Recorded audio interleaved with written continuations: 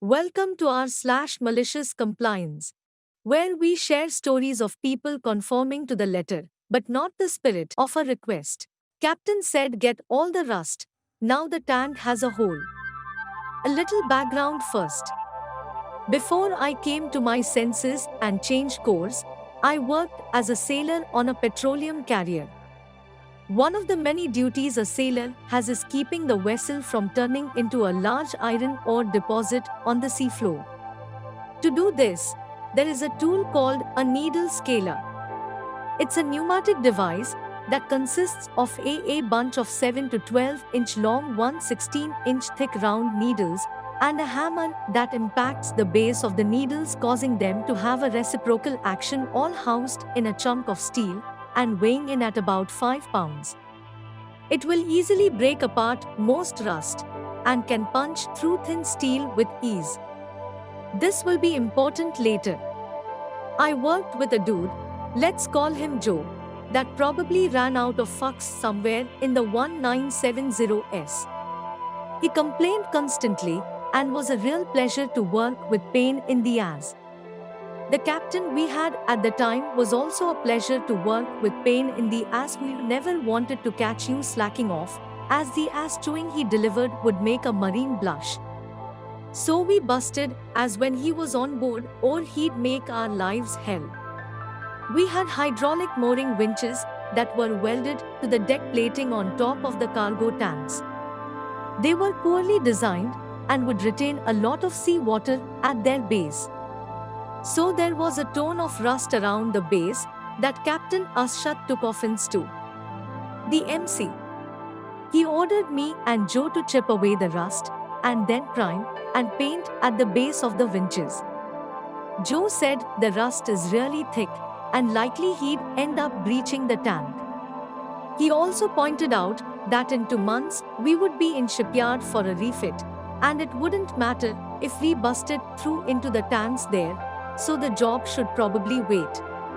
So Cap Ashut started cussing us both out, me because I backed up Joe as I felt he had an excellent point, and Joe because he's been out of fucks longer than some adults have been alive. The captain said, "Do it'd get the fuck off his boat, be fired." So like good deckies we obeyed. I took the aftmost, rearward for you landlubbers, winch while Joe went at the worst one in the middle. He went to town, and after only 45 minutes, he comes to get me. He'd punched 7 large and 4 small holes into the number 4 and number 5 cargo tanks. The wind straddled them. Good news was we were empty and had last carried asphalt, so not much in the way of hazardous gases. Bad news was we were due to load in 14 hours all the tanks to their max with number 6 oil, which doesn't like seawater and has a lot of hydrogen sulfide in it. So I get the honor of waking the old man and get abuse hurled at me all the way to the winch. There is no way we can safely load cargo with so many large deck penetrations.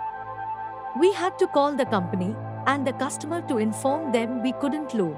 So we sat at anchor offshore until a shipyard berth could be found. All in all, it cost the company about $130,000 in lost time and repair charges. They had to pay for another company to take the load, which I don't know the cost of, but my vessel's daily rate for the entire shebang was $30,000, so it was probably around that. Turns out that the company was going to cut the winches off in the next shipyard and replace them with electric models, which would have involved removing the deck plating and adding reinforcement for the heavier units. Captain Ashut knew this, but didn't tell us. So if Captain Ashut had listened to Joe and not been obsessed with giving us busy work, he would have got his bonus that year and not a reaming from the port captain and port engineer from our company. If the captain had listened to his deck crew about the vessel condition, he wouldn't have lost his bonus and got chewed out. Expense reporting. The bane of any business traveler, the dreaded expense report. Back in the late 90s, I worked for one of the largest software manufacturer in the world. If you had a certain kind of computer that had been around for a while, you used their software. Their reps were notorious for showing up right before a renewal was due, slapping down a contract, and saying sign it or 90% of your software goes away. Oh yeah, we were loved. We had an admin that handled our expense reports out of New York that was a stickler for the rules, to the point she FedExed one back to a guy because he'd missed a $1 local call in his hotel bill and for him to redo it. Yes, she had the company spend $20 to fix a $1 error. She was that bad. Anyway, a new rule came down that said all receipts must be itemized, supposedly because of sales putting alcohol on their meals, which was not allowed. Not sure if it was her or someone else, but reports started to be sent back even for stuff that was below the dollar threshold for expenses. Think Mickey D's drive-through or a coffee, and Danish for breakfast. So we started to scramble to find receipts. One trip I ordered Chinese takeout at my hotel, and I asked the confused lady on the phone for an itemized receipt. It showed up as the kitchen ticket, entirely in Chinese. After that, I made a point of ordering takeout from Little Mom and Pop Chinese restaurants and submitting the kitchen receipts in my expense reports. I even saved them from the local restaurants when I was at home, so long as even the dates were in Chinese, and used them as filler when I couldn't get one.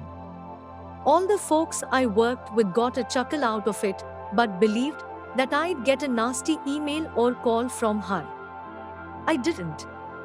Eventually, it came down from on high that only meals above $10 needed receipts, and only anything with a client needed to be itemized. We also found out she would been fired for letting expense reports file up on her desk and not submitting them on time. She would also been sticking to the letter of the rules for any excuse to bounce reports back so she didn't have to deal with them. Emailed me 3 times asking me to correct an error, so I did. My company offers both a 1-year subscription and single continuing education courses for professionals.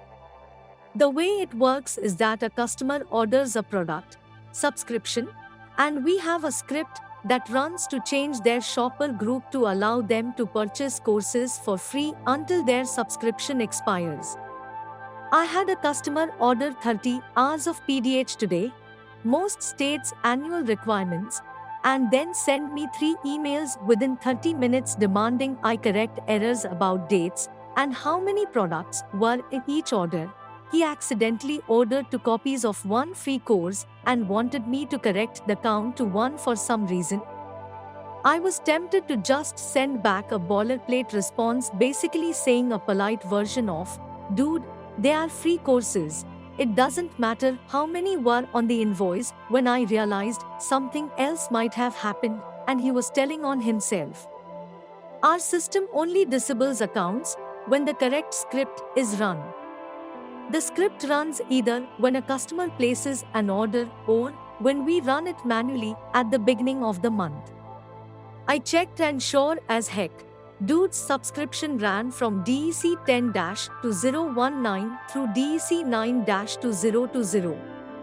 And the orders he was demanding be fixed were from DEC 12-2020. It's a known exploit, but the vast majority of our customers are decent people. Normally, I just explain the situation, congratulate them on their short free extension, and wish them well. But the customer was very, very, very clear that he wanted the issue corrected. So I cancelled his order from today and sent back a lovely email thanking him for being such an upstanding person to self-report that he had been allowed him to order after his subscription expired and offered him a discount code for any future purchases. TLDR, customer repeatedly demanded that I correct an order for over $100 in free courses, correcting involved cancelling order, which I would normally have let him have despite error. Thank you for watching. Please like, share and subscribe.